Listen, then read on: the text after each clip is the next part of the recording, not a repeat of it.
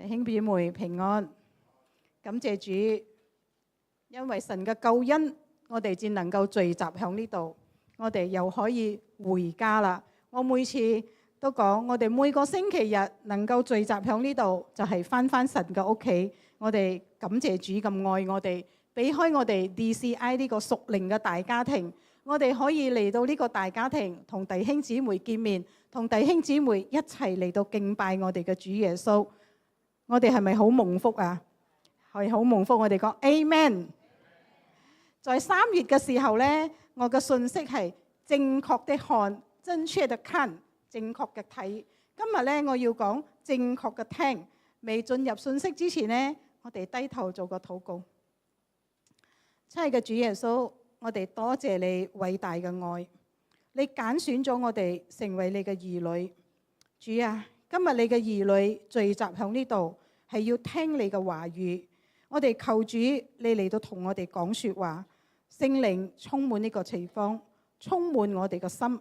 如果我哋又唔專心嘅，求神你幫助我哋，攞走我哋嘅分心，俾我哋每個人都能夠專心仰望神你嘅話語，用神嘅話語嚟觸摸我哋嘅心，幫助我哋唔單止單單聽道，我哋靠着神你嘅大能，我哋能夠聽道，我哋亦都行出神你嘅道，我哋將我哋嘅生命能夠榮耀我哋得勝嘅主嘅主。我哋咁樣禱告，奉耶穌基督嘅名求 Amen。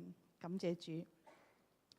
聖經在撒母耳記上，撒母記上13章到15章呢，嗰度就有記載講掃羅被神厭棄，討厭棄，唔中意佢。神厭棄神厭棄掃羅，唔係神要先厭棄掃羅，係因為掃羅佢唔聽神嘅話，所以神呢就唔中意，厭棄咗佢啦。我哋睇呢個經文，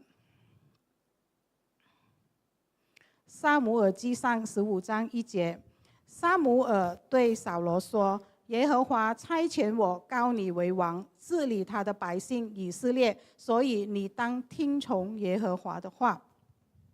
我哋睇到呢個經文，神呢佢要使用一個人嘅時候呢，佢先去膏你為王，神會去恩膏呢個人，去恩膏呢個人，神就先去恩膏掃羅。恩膏咗掃羅，掃羅入邊呢就有被神嘅靈呢大大嘅充滿咗佢嘅大能響入邊，然之神呢就會差遣掃羅，神要差遣去做嘅。神要差遣掃羅做乜嘢？響呢個撒母耳記上嘅15章係要講到神呢恩膏咗掃羅，然之後神要差遣去做咩？就係去擊打消滅亞瑪力人，消滅咗呢個種族嘅人亞瑪力人。呢個就係掃羅嘅使命嚟㗎，因為亞瑪力人呢，在神嘅眼中呢，係撒旦嘅種族嚟㗎。神佢哋係要殺盡以色列人。我講苦話唔係咁準啦，要殺盡以色列人。所以咧，神咧就要大大使到掃羅咧使用去攻打亞瑪力人。我哋再睇呢個經文啊。撒母耳記上15章3節，現在你要去擊打亞瑪力人，滅盡他們所有的，不可憐惜他們，將男女孩童吃奶的，並牛羊駱駝和驢盡行殺死。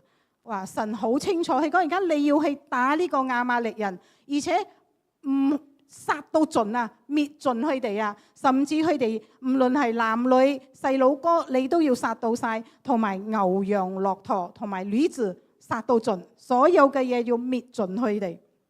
我哋睇到呢個經文呢，係一個好明確、好徹底、準確嘅命令，你要殺死晒亞瑪力人。哇！呢個使命好重要，係咪？殺到盡啊！神呢要使到做咩？神要殺死晒亞瑪力人，因為呢個係對以色列人呢係一個永遠嘅平安嚟㗎。神明確指示撒母耳佢同掃羅講：你要去殺盡亞瑪力人，執行呢個完全滅佢哋呢個種族嘅大使命。呢個如果冇殺盡呢，係有影響到佢哋嘅將來㗎。所以神好堅持你要做呢樣嘢。神做乜嘢要懲罰亞瑪力人啊？神做乜嘢要對佢哋要滅到盡啊？因為當年咧，以色列人咧逃離埃及嘅時候咧，出埃及嘅時候咧，亞瑪力人係第一個種族，係咪響路上啊埋伏以色列人啊？即係暗算以色列人啊！而且咧將呢個嗰陣以色列人出埃及嗰陣，又有老嘅，又有細嘅，又有亂嘅，帶住出手無寸鐵啊，冇武器，冇任何嘢。但係呢班人咧竟然出嚟咧係要攻打以色列人，所以呢個亞瑪力人咧係用暴力欺壓弱者，欺壓以色列人，所以神非常憎恨佢哋嘅行為。而且呢啲弱者係神嘅選民，係以色列人嚟噶。哇！所以神咧好唔中意亞瑪力人嘅咁樣嘅方式嚟對神嘅子民。咁樣掃羅咧，頭先我哋讀到經文，佢咧係俾神恩膏咗嘅人，佢係一個有軍事領袖，佢係一個識得打仗嘅人，因為佢係有恩膏咗佢嘅，所以佢就招兵買馬啦，招晒佢啲軍隊，佢就係嗰個領袖，佢識得計算正確嘅時間發動呢個戰爭嘅，打亞瑪力人，而且佢認識到，佢知道佢有知識點樣帶領呢個軍隊在嗰啲山谷中嘅邊皮埋伏，暗算翻佢哋打呢個亞瑪力人。咁樣呢個掃羅咧，佢係有順服神交代佢要做嘅嘢，不過咧佢冇完全順服到晒。頭先我哋講神叫佢哋要滅絕啊，唔可以留低任何嘢啊。但係掃羅咧，佢係生擒到呢個亞瑪力王噶，佢即係唔係打死咗，佢係捉到亞瑪力王，但係佢冇滅絕佢，佢放開佢。仲有咧，神講牛啊、羊啊、駱駝你都要殺到晒，但係掃羅咧殺死嗰啲咧奀奀細細嘅肥豬大隻嘅，佢自己收翻上嚟。所以咧，掃羅係有聽命令，但係冇聽到晒，佢冇完全順服神嘅命令，因此咧佢就冇滅絕晒亞瑪力人。呢個咧就違叛咗神吩咐佢做嘅嘢，呢個命令。仲有掃羅咧，有一次佢咧就係要同非利士人打仗嘅時候咧，因為佢擔心非利士人攻打佢哋，然之後撒母耳咧應該咧係要嚟做獻祭嘅第7日，但係佢等唔切第7日，未到第7日咧，佢就自己先去做燔祭去獻祭。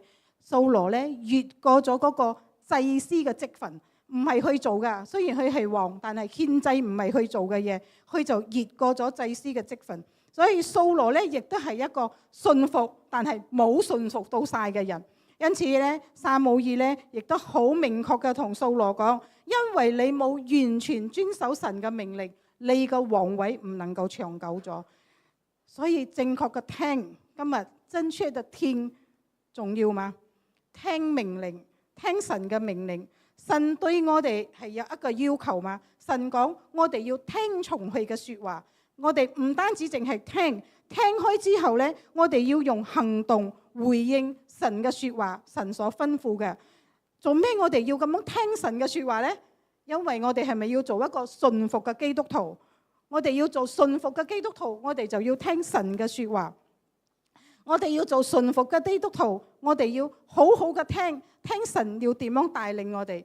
即使我哋在獻上祭物，就好似掃羅，佢覺得我獻上祭物啫嘛，我有咩做錯？錯在乜嘢？唔關你嘅事㗎，嗰個唔係你嘅責任，冇規矩，越過咗祭司。所以準確嘅聽係好重要。即使我哋獻上我哋嘅祭物，或者我哋嘅侍奉好多，或者我哋侍奉嘅事，你睇嚟都好有效果。但係係唔係你真係聽到神嘅說話？你嘅侍奉係咪真係上帝喜悅嘅呢？你做嘅係咪神要你做嘅嘢？係你自己嘅肉體要做嘅嘢？呢個係好重要。上帝睇重嘅唔係你嘅侍奉幾大，唔係你嘅獻祭有幾好，係神講我要悅納㗎。呢個悅納就係你係咪有完全順服我？係你用你自己嘅方式做，但係做出嚟呢，好似都好有效果。我都有喺我個小組都有一啲咁樣嘅分享，不過今日唔講，我個小組嘅人聽咗啦，所以你哋冇得聽。我哋就係，有時我哋好似侍奉響表面，侍奉得好大，侍奉得好好，冇人睇到嗰種咧，我哋係另外一種人嚟噶。所以神講去睇我哋嘅心嚟噶，去睇我哋嘅心。掃羅就係咁樣，佢獻祭冇錯，但係佢冇規矩，佢認為佢自己啱啫。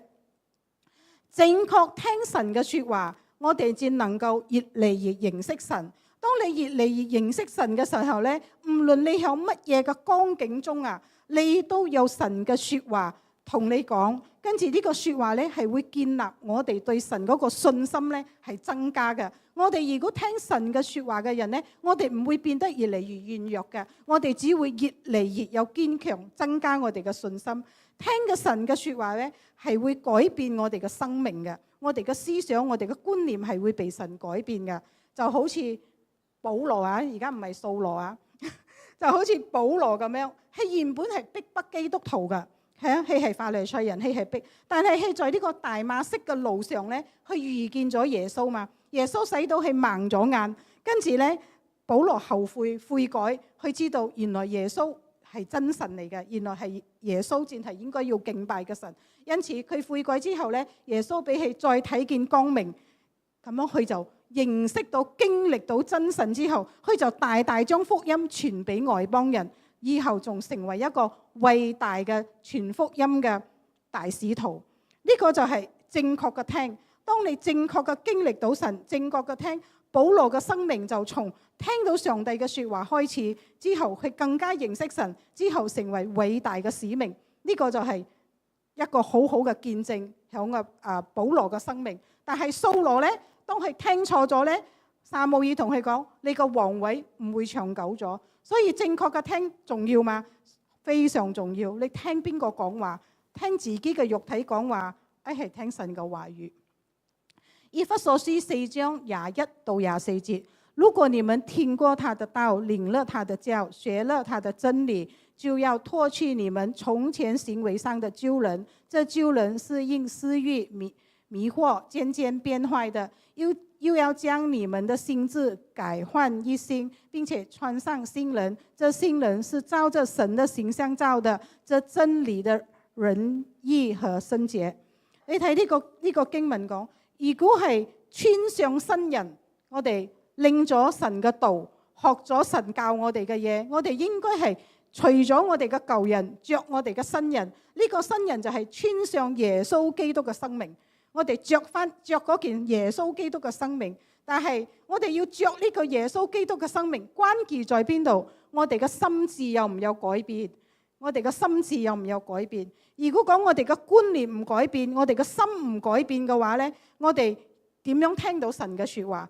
觀念改變，聽神嘅說話係從神嘅道開始，聽了他的道，領了他的教，學了他的真理。所以神嘅道、神嘅話語係好重要，唔單止係聽啊，我哋仲有去領受，領受咗之後，我哋先能夠生命得着改變。而且我哋聽我哋要正確嘅聽，準確嘅聽。呢個聽開神嘅道，準確嘅聽到咗之後呢，先能夠建立我哋嘅屬靈嘅生命，生活上就能夠同神嘅話語同真理對齊。你聽開，但你嘅生命唔改變，你由呢度聽呢度，人哋咩講一套做一套啊？你係聽一套做一套，咁樣你嘅生命仍然冇改變，你嘅屬靈生命亦都唔會改變，因為你單係聽嘛，你冇行動，你冇生命，係冇改變。無論你信主幾多十年，都唔能夠改變。所以點樣嘅聽非常重要，點樣嘅聽係會影響我哋點樣嘅諗，怎樣的聽影響我們怎樣想，點樣嘅諗會影響咗我哋嘅生活㗎。點樣嘅生活係會影響我哋點樣嘅生命？點樣嘅生命係會影響我哋點樣活着世界嘅日子，活着呢個世上嘅日子？所以聽重要嗎？非常重要。陣間我會講2個，如果夠時間呢，聽錯咗啊，唔係掃羅，係真嘅事聽錯咗嘅。睇有唔有夠時間啊？如果你愛聽呢，夠開時間你都講，牧師繼續講啊，咁樣啊。OK。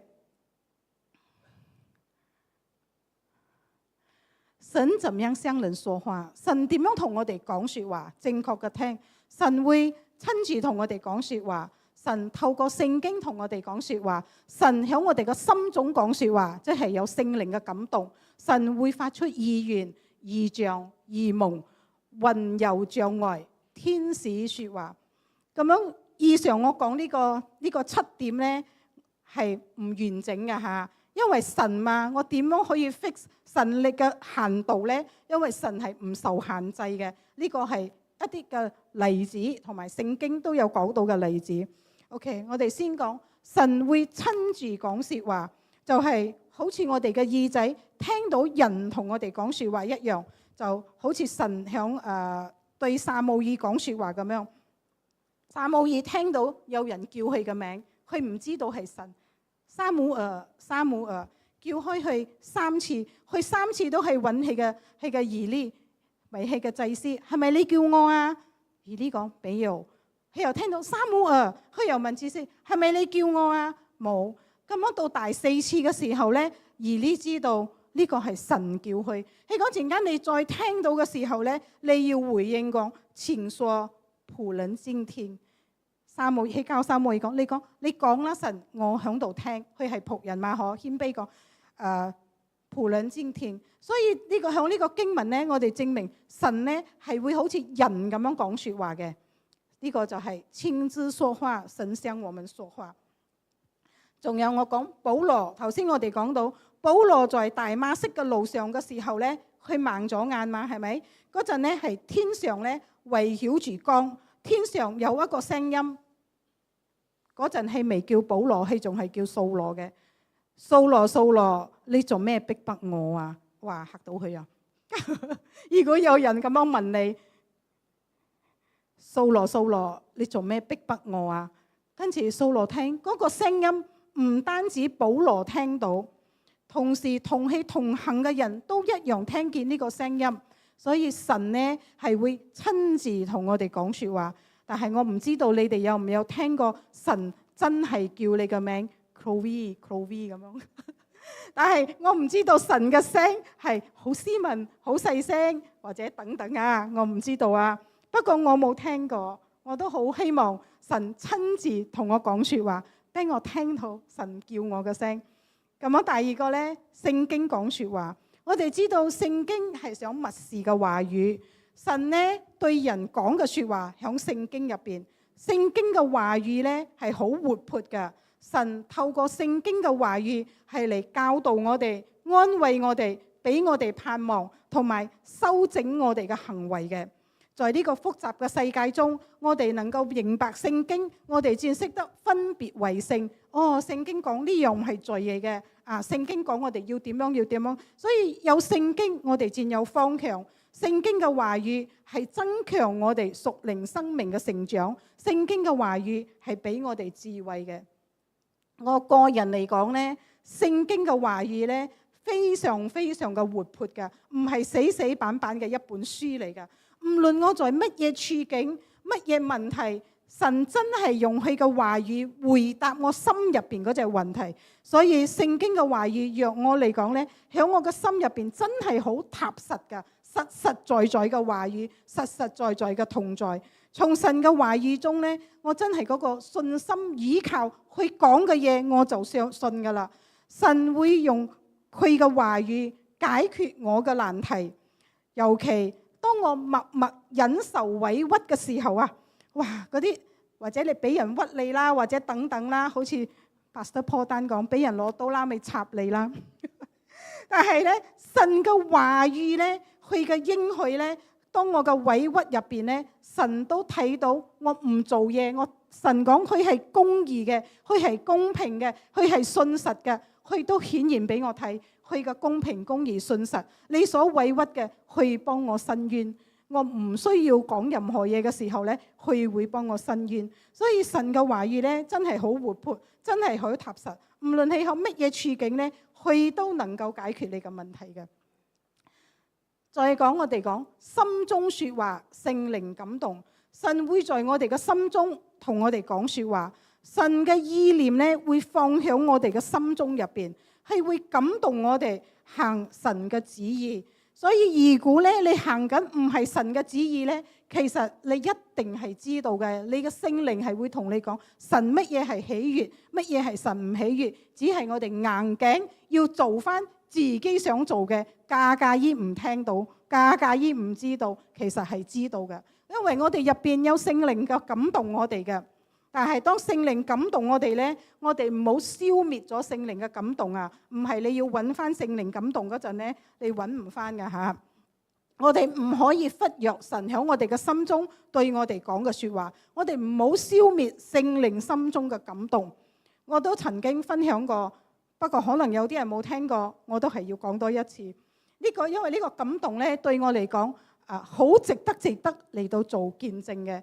我講之前我有一個同學，佢嘅爸爸響吉隆坡病咗，係打電話同我講，叫我為佢嘅爸爸禱告，而且係要為佢嘅救恩嚟到禱告嘅，因為佢已經係一個老人家咗。咁樣佢就講起響怡保中央醫院響急症室入邊。咁樣當我接開我同學嘅電話嘅時候咧，我就問佢講住響佢爸爸嘅名。嗰陣我嘅大兒女咧更啱咧，亦都係響嗰個急症室做緊實習醫生嘅。我講我陣間問下我個女，佢今晚翻嚟有唔有睇見你嘅爸爸？係咪佢其中係佢嘅病人？咁樣我會將我哋個女講我聽，我了解咗咧，我會講你聽。咁樣我女翻嚟啦，陣間我講唔晒我信息。咁樣我就問開我女啦，我女講係啊，呢個係我嘅病人啊。咁樣我又 OK 講下一 part 啦。要趕點講，咁樣我就為佢爸爸嘅禱告，聖靈好感動我，唔係單單為佢嘅救恩禱告，我要去探訪佢，咁我其實嗰日咧，我屋企拜四係有小組嘅，好緊要忙，好緊要唔得閒，夜晚仲屋企有小組，但係聖靈就係講我要去探訪佢。咁樣我又打翻電話同我朋友講，我要去探訪你嘅爸爸。其實我朋友唔係好想俾我去探訪佢嘅爸爸，因為佢驚佢嘅爸爸對我冇禮貌啊。因為你知老人家又唔信主，你我叫我去同我爸爸講，我去為佢禱告，佢覺得佢好艱難，佢驚佢爸爸唔睬我啦，或者為難我咁樣。我講唔緊要啦，我係要感動，我要去探佢咁嘅樣。咁樣我去到探佢，佢唔知我點樣同佢嘅爸爸講。我一個咁陌生嘅人要去探佢嘅爸爸，佢就同佢爸爸講：你一個人喺醫院睇你嗰個醫生啊，佢嘅媽要嚟探你啊。咁我老人家好可愛，佢講：哇！而家政府醫院咁好嘅，女做醫生，阿媽都要出場噶，要去做探訪噶。哈利路亞！長話短説，嗰日咧我就去探咗佢啦。咁我係響嗰日咧接受咗耶穌基督為佢嘅生命救主 ，Amen。所以我唔可以消滅神感動。跟住我探開佢去接受主，當中我係有嘢 block 住我，但係我坐響佢嘅屋企，我不停嘅靈入邊禱告同布拉多祿。但係我探開佢嗰陣啊，成個天黑到晒啫，冇要落大水，我又要趕翻屋企，我又有小組，我嘅衫又響出邊未推入嚟，哇！我嗰種緊張，但係神啊，真係啊，好似幫我擋住嗰個天啊！我哋一翻到屋企就落大水咗，感謝主啊！我仲有好多聖靈感動我要做嘅嘢，即係今日會遲啲啊！比如我哋嘅暗幫小組。我哋暗幫有一個小組啊，我哋好有對暗幫呢個地方好有負擔。我哋有一個小組，但係我哋都係點樣去到暗幫小組？開咗呢個去咗呢個外展之後，下一步我要點樣做？其實又係聖靈感動我，係揾我哋嘅弟兄。跟住咧，我一去揾佢啫，神就開路啊，係同我講嚟我屋企開小組。你睇，但係如果我唔踏出一步，我唔去揾呢個弟兄，係咪？我唔知道神已經為我準備一個小組嘅屋企噶。所以呢個就係聖靈嘅感動咧，你就要去行，你就要去做，好似過紅海咁樣。如果摩西唔踏出一步，你點知前邊嘅紅海會開啊？所以唔好消滅聖靈感動啊！唔好諗住聖靈感動叫你做乜嘢咧，你介意唔知啊？唔得介意嘅，介意咗你會後悔噶吓。OK， 下一個意願。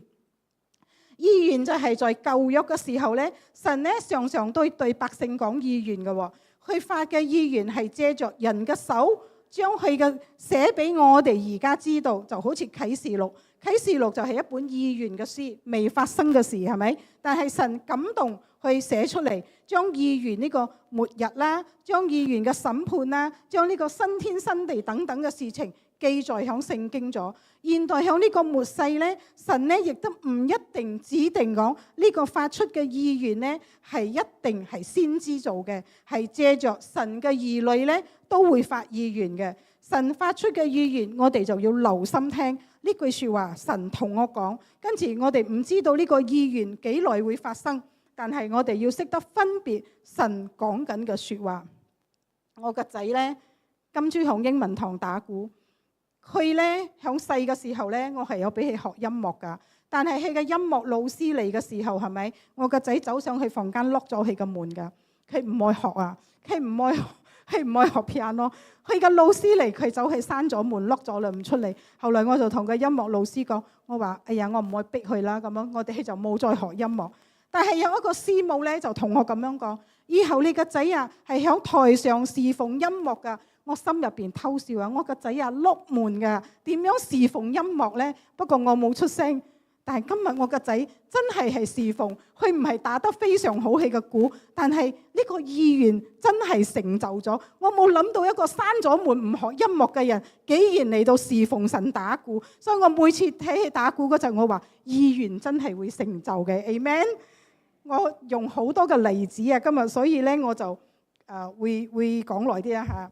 神咧會借助異象、異夢向我哋指示將會發生嘅事情，就好似路約翰咁樣，去記錄呢個啟示錄嘅異象嘅時候啊。異象係佢唔係瞓覺，佢係打開雙眼，聽到神嘅説話，睇到異象嘅。好似摩西咁樣，係睇到個火響嗰個草堆燒咧，係打開個眼睇到嗰個燒着火嘅精枝嘅。呢個咧就係叫做異象。異象，當然異夢咧就係當你瞓覺嘅時候，你冚上眼嘅時候咧，你會好似發夢，但係你又知道係從神嚟嘅，叫做異夢。異象同異夢，我又講個 example 俾你聽啊。我媽媽未信主之前咧，我成日都同佢傳福音，叫佢信主，叫佢信主。咁樣佢成日都同我講，佢拜佢嘅偶像拜開幾十年，好奇怪咯，叫佢去信耶穌咁樣嘅樣，唔可以逼人噶嘛，係咪？你講佢唔信，但係一日咧，我媽媽就係睇到異象啦。佢朝頭早喺夜晚瞓覺，佢朝頭早起身第一件事，佢同我講：我尋日發開一個夢，我咧就坐喺嗰個樹底下邊，有兩班人咧，一班係着黑衫嘅，一班係着白衫嘅，兩班都叫我跟去，呢個拉下我，嗰個又拉下去。跟住我問佢：你最尾跟開邊度？佢講係跟開着白衫嘅。跟住我講：你跟開着白衫咪啱咯。所以神叫你啊，要跟開嗰個着白衫嘅，你要快快洗禮信主添啊！Amen 啊！所以我媽媽係因為呢個夢係咪跟住去決定信主嘅嚇？呢啲就係神會同我哋透過乜嘢方式同我哋講説話。哇！呢個就勁啊！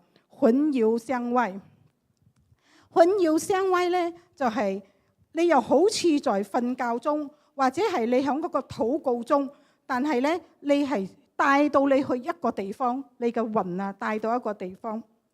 咁樣喺呢個使徒行傳10章嘅時候咧，彼得咧係睇到天打開咗一嚿大大嘅煲，好似沙窿咁樣啊，4個角係咪？好似搖籃咁樣，入邊咧裝住好多嘅動物，而且仲有雀仔啦，同埋昆蟲從天垂下來。咁樣係睇到呢啲動物咧，係有啲係潔淨嘅，有啲係唔潔淨嘅。咩意思叫潔淨同唔潔淨咧？即係在舊約咧有講乜嘢係可以食嘅，乜嘢係唔可以食嘅。咁樣呢個布掉落嚟嘅時候咧，彼得係睇到有啲可以食，有啲唔可以食。但係佢聽到一個聲音叫佢宰啦嚟出，殺咗嚟食啊！呢啲動物咁樣佢就心諗究竟神要俾我乜嘢咧？後來佢領受到呢啲潔淨同唔潔淨咧，就係意思咗神嘅福音咧，唔係單單只俾猶太人咗啦。神嘅福音咧已經接納咗我哋外邦人啦，唔係你同我都冇機會聽福音啊！呢個信息係神已經潔淨同唔潔，因為舊擺猶太人覺得外邦人係唔潔淨嘅，得佢哋係潔淨嘅人，得佢哋可以信上帝，其他人係唔得。但係神俾呢個異象去睇開之後咧，彼得就領受到打破咗早期教會嗰啲律法啦，所有人都可以聽福音，所有人都可以信福音，所有人都可以信耶穌。呢個就係彼得咧魂遊障礙，魂遊障礙帶你嘅靈魂去到一個地方睇一樣嘢，睇開經歷咗翻嚟。我有試過一次咁一次，所以今日好多古仔講啊。有一次咧，我為馬來西亞禱告，我真係冚住眼好認真為馬來西亞禱告。我到而家講我都要喊埋呢件事，我每次講我都會流淚啊，諗呢事。跟住咧，神帶咗我去一個地方，我去到一個好靚，好似 hotel 咁樣啊，好似樓一個 ballroom。嗰啲人咧，新媽着到好高貴嘅，着高踭鞋啦，着靚靚啦，男嘅女着，新媽就攞住酒杯傾偈，係一個 party 嚟㗎，一個好高貴、好 high class 嘅 party 嚟㗎。咁樣我咧就企喺樓上睇落嚟㗎，我係企喺樓上，神帶我同我企喺樓上望落嚟，下邊嘅人咧好享受緊佢哋嘅 party， 飲酒食嘢傾偈，着到好靚。我睇落嚟嗰陣咧，有一隻好大隻嘅蜘蛛，佢喺嗰度織緊網。嗰隻網係好緊要大嘅，我唔會唔記得呢個混要相歪啊！我嗰隻網咧係好大嘅，冚晒下邊嘅人。但係下邊嘅人咧係冇 realize， 佢唔知道佢哋其實係喺網嘅下邊嘅，佢冇睇到嗰隻蜘蛛，佢冇睇到個網，係我企喺蜘蛛嘅上邊，我先睇到。哇！我嗰個禱告之後啊，神同我講啊，我哋嘅國家啊，就係咁樣被網住啊！我哋嘅人仲喺嗰度吃喝玩樂開party啊，仲好似過得日子過得非常開心啊！但係蜘蛛網一直喺嗰度織網啊，我哋都冇人去撩走嗰隻蜘蛛網啊！你知我哋幾可憐嘛？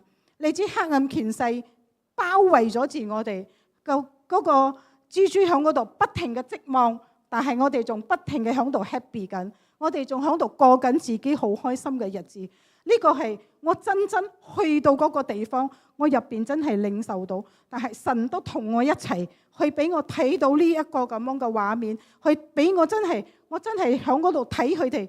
哇！嗰啲人嘅生活啊，真係好目前。呢個異象係我好多年前睇到，但係我唔可以忘記。我成日都仲記得嗰隻蜘蛛，我成日都記得嗰啲網，我成日都記得嗰啲人喺度 happy 緊，吃喝玩樂。佢哋根本都唔知道自己被網緊啊！自己被網緊。我睇開呢個咁樣嘅，我嗰日呢，我係朝頭早做呢個禱告，我喊咗半日。我為馬來西亞禱告，我喊咗半日。我每次睇到個我就好心痛，係做咩我哋唔知道自己被網緊？每個人都喺度吃喝玩樂，每個人都做緊自己喺呢個世界做自己啊，唔係做神要我哋做，因為我哋冇正確嘅聽，我哋唔明白神嘅意思，但係我哋就係咁樣望住過日子，繼續開party。呢個係我好真實，好真實。而家我可以流淚，我同你講，我唔係編故仔啊。OK。天使說話，天使說話咧係好容易知道，因為我哋聖經好明白。天使向邊個講說話？同瑪利亞講說話，係講耶穌就嚟誕生啦。天使去同牧羊人講說話，係話耶穌誕生咗啦。天使同亞伯拉罕講說話，當係要殺以撒嘅時候，天使叫佢停止，唔好殺以撒，神已經為你準備咗羔羊。天使同彼得講說話，整甩佢嘅鎖鏈，能夠逃出去嘅監獄。所以天使咧係會同我哋講說話嘅。OK， 呢個係7樣。頭先我舉嘅所有嘅例子咧，係神向人講說話嘅方式。所以當你領受到呢啲咁樣嘅例子，唔單止例子，而家我哋嘅詩歌，我哋今日嘅信息，都係神同我哋講說話，係咪啊？神準備我哋聽佢嘅信息，將詩歌聽嗰個詩歌入邊嘅歌詞。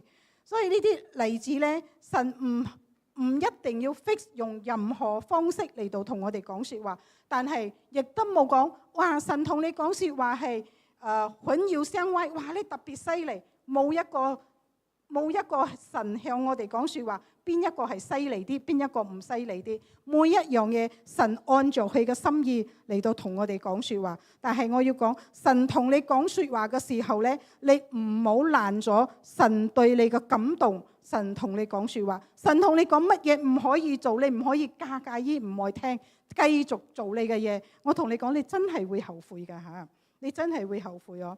咁啊，神同我哋講說話嗰個聲音呢，我哋要識得分別，唔好乜嘢聲音都講神同我哋講啊。如果你過度嘅極端呢，你聽錯，而家我要講兩樣你聽錯嘅，咁樣呢，你呢就會行落一個自己諗噶嘛，所以一定行錯啦。因為你諗嗰個係神嘅聲音，神嘅聲音呢唔會同聖經有衝突嘅，唔會同聖經唔同嘅。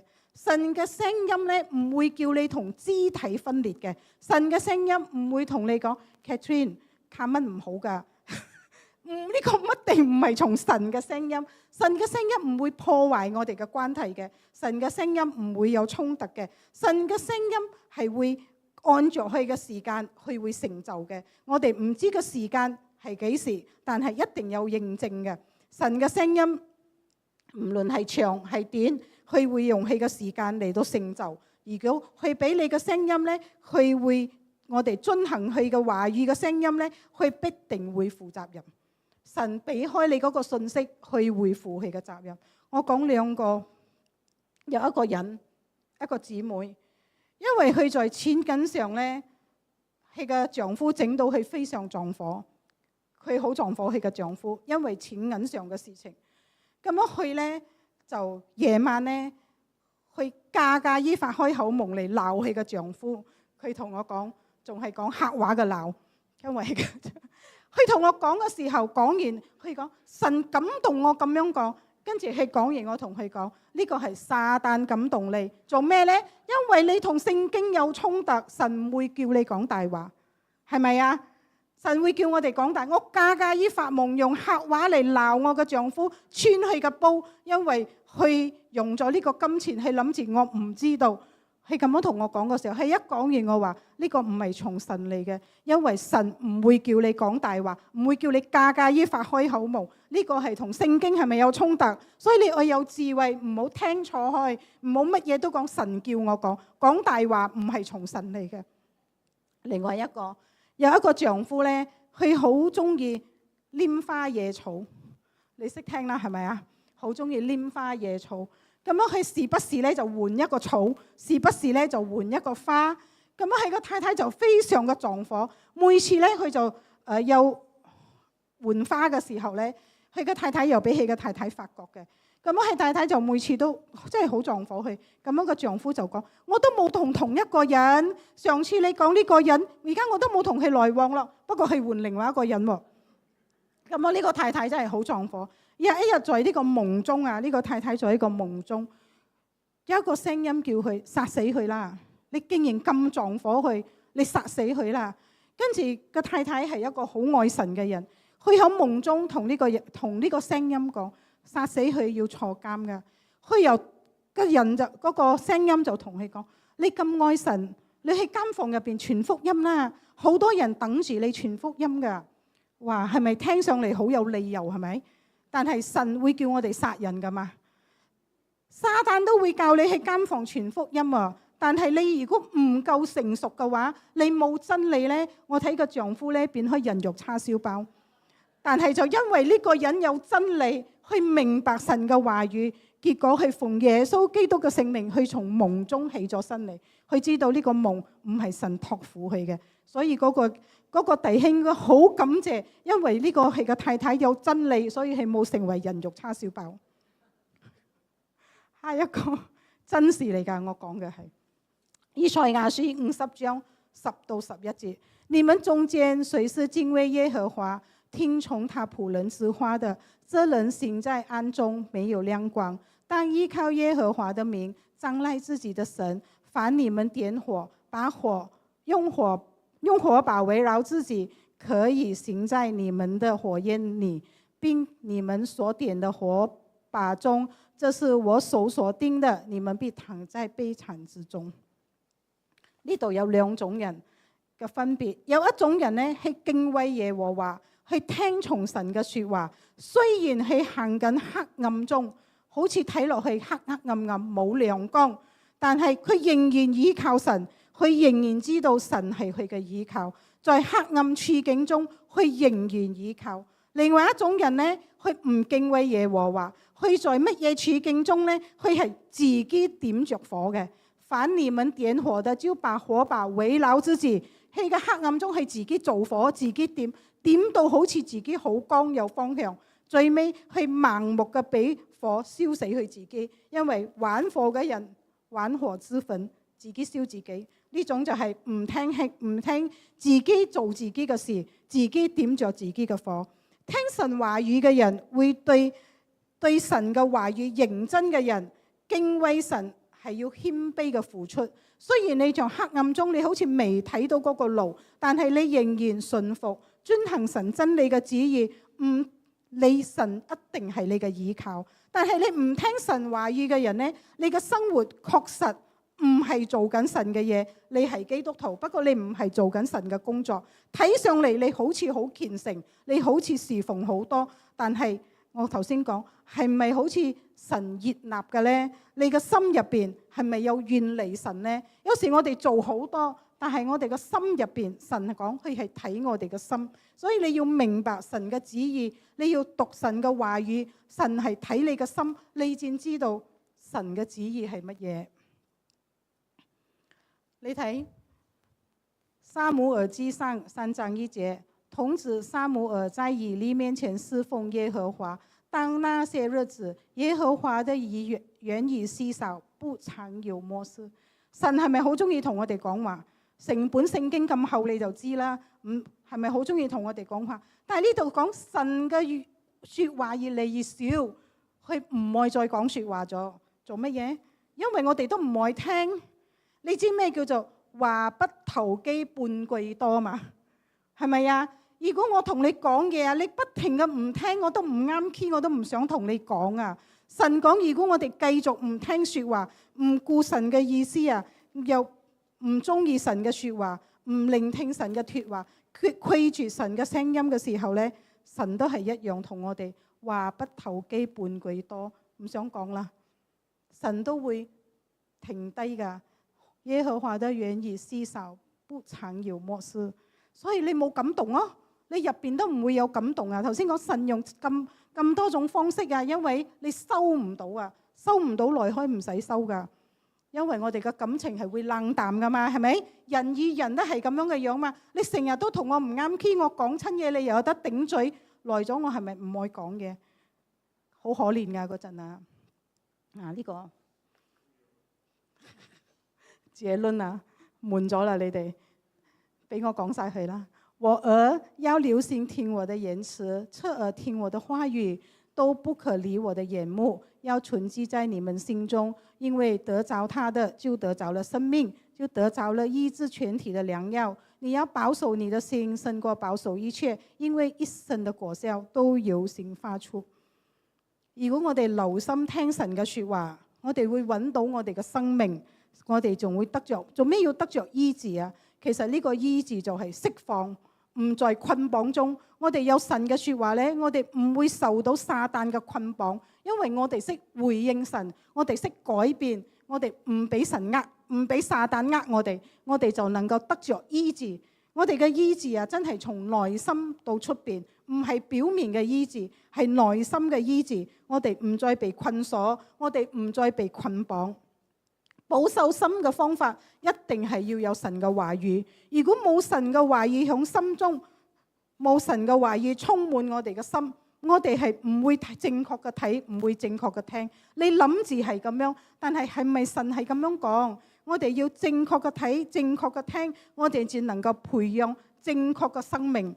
如果我哋嘅生命要改變，我哋一定要3月1嚟啦。耶穌為我們的榜樣，聖經為我們的準則，聖靈為我們的引導，讓耶穌作王。如果我哋有響小組嘅人，我哋成日都記得呢啲字㗎，係咪？耶穌就係我哋生命嘅榜樣，聖經係我哋嘅準則，即係聖經就係我哋嘅指南針，教我哋點樣行。聖靈係引導我哋，佢係我哋嘅老師。讓耶穌喺我哋嘅生命作王，唔好自己做王，讓耶穌得着一切嘅榮耀。咁樣我哋就不斷嘅就會做出正確嘅選擇，我哋就會活出耶穌基督嘅生命。Amen。我一 Amen 啊，早啲快啲出嚟啊！我哋做一個禱告嚟回應今日嘅信息。咁樣陣間呢，需要禱告嘅人呢都可以行前嚟，我可以為佢哋禱告。就係在詩歌嘅時候，你哋都可以行前嚟咗啊！讓我哋安靜嘅嚟到禱告。親愛嘅主耶穌，我哋多謝你嘅提醒，幫助我哋能成為一個信服神嘅人。讓我哋嘅眼睛正確嘅睇，我哋嘅耳仔正確嘅聽，以致我哋唔會用世界嚟到影響我哋，幫助我哋常常將神嘅話語存在我哋嘅心裏，每日將神嚟到神嘅面前。神啊，我哋要讀你嘅話語，我哋要專心聽你嘅聲音。神啊，我哋要將我哋身邊所有嘅人、所有嘅事情、所有嘅處境、所有嘅困難，我哋都要用正確嘅嚟睇，正確嘅嚟聽，相信神嘅應許係永遠不落空嘅。主啊，打開我哋嘅眼，打開我哋嘅耳仔，我哋單單相信，我哋信服你嘅話語，唔係好似掃羅一啲嘅信服，一啲嘅唔信服，我哋要完全嘅信服。我哋咁樣禱告，奉耶穌基督嘅名求，Amen。